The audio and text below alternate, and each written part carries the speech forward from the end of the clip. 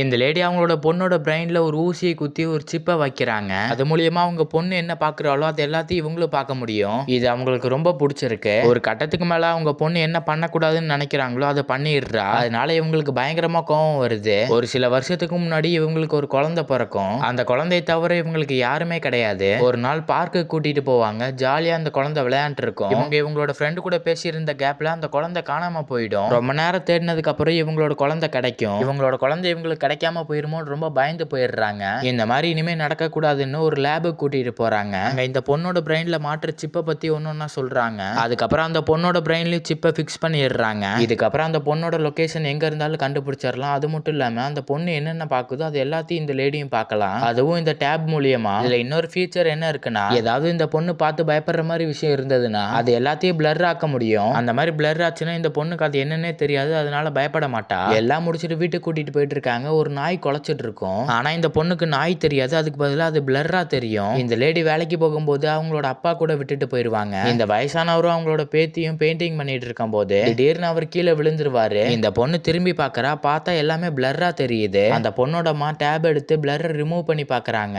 பார்த்தா அவருக்கு heart attack வந்திருக்கும். எப்படியோ அவரை காப்பாத்திடுறாங்க. அதுக்கப்புறம் ஒரு சுடுகாட்டுக்கு போயிருப்பாங்க. அங்க இந்த பொண்ணோட அம்மா அழுதுட்டு இருப்பாங்க. ஆனா இவ பார்க்கும்போது அது பிளர்ரா தெரியும். இது சின்ன பொண்ணுக்கும் ஒண்ணுமே புரியாது. அதுக்கப்புறம் இதை அப்படியே விட்டுட்டு இவ ஸ்கூலுக்கு போயிருவா. அங்க இவளோட ஃப்ரெண்ட்ஸ் எல்லாம் ஒரு ஃபைட்டிங் சீனை பார்த்துட்டு இருப்பாங்க. ஆனா இவ போய் பார்க்கும்போது அது பிளர்ரா தெரியும். பிளர்ரா மட்டும் இல்ல, இவளுக்கு காது கேட்காத மாதிரி ஆயிரும். இவளுக்கு புரிய வைக்கிறதுக்காக அந்த பையன் நடிச்சு காட்டுறான். அப்பவும் அவளுக்கு பிளர்ரா தான் தெரியும். இப்பயும் எதுவுமே அவளுக்கு புரியாது. அதுக்கப்புறம் வீட்டுக்கு போய் ஒரு டிராயிங் வரைஞ்சிட்டு இருக்கா. அதுல ஒரு பையனோட தலையில இருந்து ரத்தம் வர மாதிரி இருக்கும். அந்த ரத்தம் மட்டும் இவளோட கண்ணுக்கு தெரியாது. மத்த விஷயம் மாதிரி இதுவும் பிளர்ரா தெரியும். உண்மையான ரத்தத்தை எப்படியாவது பார்த்தாங்கன்னு சொல்லிட்டு ஒரு மோசமான முடிவுல இறங்குறா. பென்சிலை நல்லா ஷார்ப் பண்ணி அவளோட விரல்ல குத்துறா.